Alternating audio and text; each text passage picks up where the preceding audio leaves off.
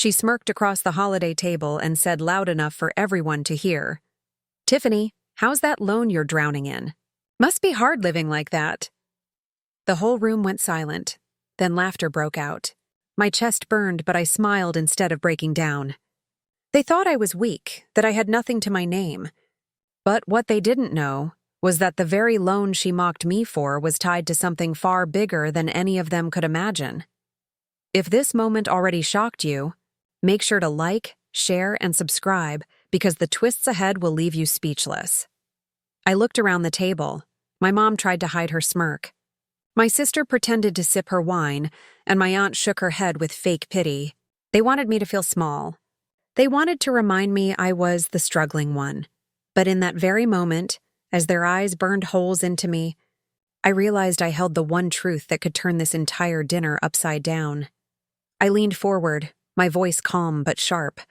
"Funny thing about loans," I said, locking eyes with her. "Sometimes the person you laugh at is the same one holding the keys to your future." The laughter stopped instantly. My cousin dropped her fork. Even my dad's smile froze. Nobody expected me to fight back. Nobody expected me to speak with such confidence. Their curiosity hung heavy in the air. What did I mean? What was I hiding? And as I sat back in my chair, my heart racing, I knew this was just the beginning of the storm I was about to unleash. The silence around the table grew so heavy that even the clinking of glasses stopped. My aunt, the one who mocked me, raised her eyebrows and chuckled nervously. "Keys to our future? Tiffany, please. You can't even manage your own bills. Don't act like you're someone important." Her words stung. But what she didn't know was that every sacrifice, every sleepless night, and every loan she mocked me for had been fueling something much bigger. I took a slow sip of water, watching their smug faces. My sister leaned in with fake sympathy. "Don't take it personally, Tiff. We're just worried about you. I mean, it's embarrassing when family struggles like this. You should have asked us for help instead of, pretending everything's fine." The way she said embarrassing felt like a knife. They weren't worried about me. They were worried about how my struggle made them look. But the truth was, I hadn't borrowed a single cent from them. Every penny of that loan was mine. Every payment I made came from my own hustle. And what they didn't realize was that the loan wasn't about survival. It was an investment, one they'd soon wish they had been part of. My dad finally spoke, shaking his head with disappointment. "Tiffany, we all told you not to chase crazy dreams. You should have listened. Look at your cousin Emily, married, stable, beautiful home. And you? Still scraping by with debt. Sometimes you need to accept your limits." His words landed like heavy stones, and the table nodded in agreement, comparing me to Emily, their golden child. My hands tightened around the napkin under the table. They had no idea how many nights I worked through tears, building something in silence while they gossiped behind my back. They thought they were humiliating me, but in reality, they were setting the stage for the biggest shock of their lives. I leaned back, keeping my voice steady but firm. "Funny you mention stability, Dad, because sometimes the people you call stable are the ones about to lose it all. And sometimes, the ones you laugh at are the ones paying for the roof over your head." Gasps filled the table. My sister's wineglass trembled in her hand. My aunt's eyes narrowed, trying to figure out if I was bluffing. But I wasn't.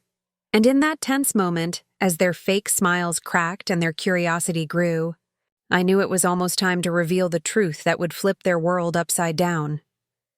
My cousin Emily finally broke the silence, her tone sharp and dripping with superiority. "Oh, please, Tiffany. You always act mysterious, like you're hiding some big secret. But let's be real. You've been struggling for years. We all know it. If you had anything worth bragging about, you'd have shown it already." She smirked as if her words had sealed the argument. The others nodded in agreement, like a jury ready to sentence me guilty. But what they didn't know was that for the past 3 years, while they were busy flashing their perfect lives on social media, I was working 14-hour days. That loan they mocked? It wasn't for shopping or paying off old mistakes. It was the seed money I used to build something they couldn't even dream of owning. And every single insult they threw tonight only made the moment of revelation sweeter. I caught Emily's smug grin and said softly, "You're right, Emily. I don't post my life online because, unlike you, I don't need likes to feel successful. My success is quieter, but much bigger," her smile faltered. My mother quickly cut in, her voice stern. "Enough, Tiffany. Stop this nonsense. You should be grateful we even invited you here tonight. Don't embarrass yourself further." She was terrified. I could hear it in her tone. The fear that maybe, just maybe, I wasn't bluffing. I leaned forward, elbows on the table, and let my eyes travel across each face. Embarrass myself? No, you see, I've stayed silent long enough. While you were all busy mocking me, I was building something none of you bothered to believe in. The tension grew thicker. My father frowned. My aunt whispered, "She's bluffing. She has nothing." But the unease in their voices betrayed them.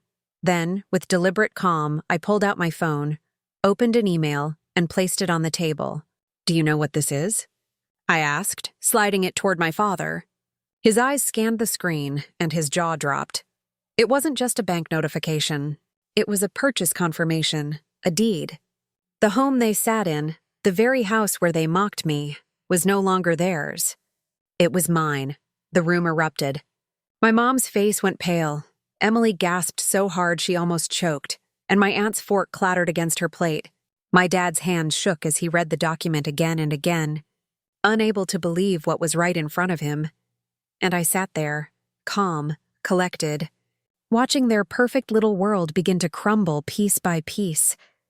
But that wasn't even the biggest revelation I had planned for tonight. My father's hands trembled as he set the phone back on the table, his voice barely holding steady. This has to be a mistake. "Tiffany, you can't just buy a house like this. This house. Do you even realize what you're saying?" I leaned back in my chair, my calm smile only making them more restless. "I didn't just buy it, Dad. I've been planning this for years. While you all mocked me for having loans, I was investing, building, and waiting for the right moment." "And guess what? That moment is tonight," Emily shot forward, her face red with anger. "You're lying. You could never afford something like this. You don't even have a stable job." Her voice cracked with panic, and that's when I knew I had her exactly where I wanted.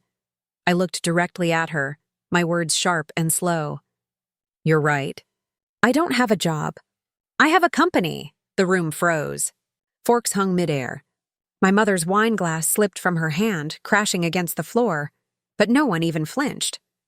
They were all staring at me like I had just spoken another language. A company?" My aunt stammered, her fake confidence finally gone. I nodded. 3 years ago, I took out that loan you all love to laugh about. I invested it into a small tech startup idea I'd been working on quietly. It wasn't easy. I went hungry some nights. I worked 2 jobs, and I had no support from this family. But slowly it grew. Clients came in. Investors noticed. And now, I paused, letting their silence stretch, feeding the suspense. Now that startup is worth 7 figures. The air in the dining room shifted. Their mockery had turned into something else.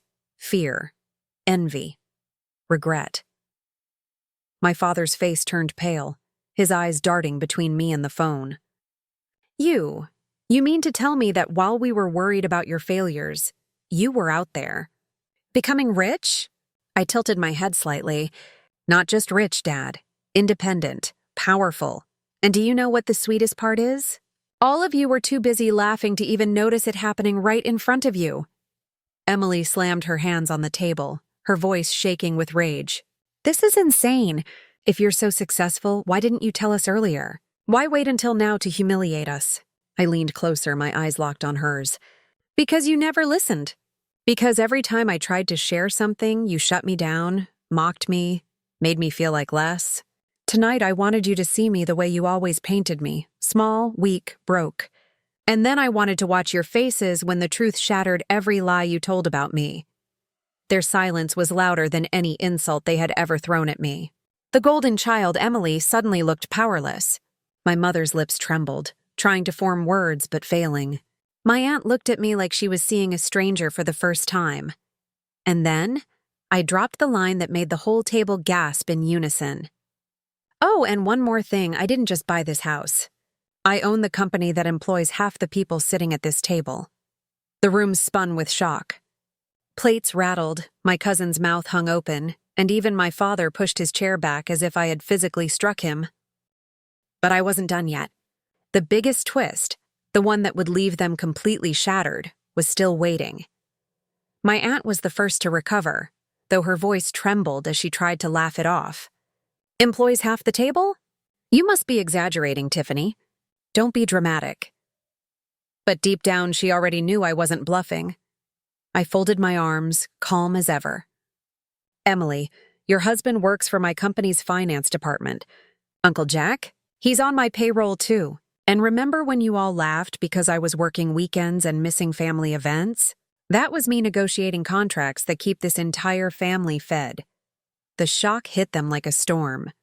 My cousin Emily's face drained of color, her lips parting in disbelief. Wait, my husband reports to you? She whispered, almost choking on the words. I nodded slowly. Not just reports.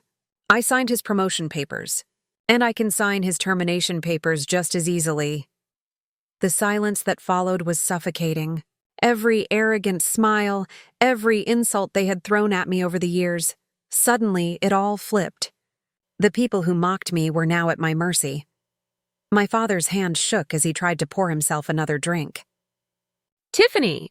We didn't know. We thought you were lost. If we had known, we would have supported you. His tone was desperate now, a far cry from the man who once called me a failure. I leaned forward, my voice low but cutting through the air like a blade. No, Dad, you didn't want to know. Because supporting me would have meant admitting that I was worth something. And that scared you. You wanted me small so you could feel big. My mother finally spoke, her voice cracking. Tiff, we're family. Can't we move past this? I shook my head slowly, my calmness scarier than anger. Family doesn't laugh when you're fighting to survive. Family doesn't humiliate you at a holiday table. Family doesn't tear you down just to feel taller. You all showed me who you really are. And tonight, I showed you who I've become. The table was frozen, their eyes filled with fear and regret. I stood, straightened my jacket, and grabbed my phone from the table. Enjoy the rest of your dinner, I said, my voice cold but steady. Just remember, you don't laugh at the person holding the keys to your future. As I walked away, their stunned silence followed me out the door. For years, I had been the underdog, the joke, the one they counted out. But tonight, I wasn't just Tiffany, the girl with a loan. I was Tiffany, the woman who owned the table they tried to push me off of. And the best part? They would never look at me the same again.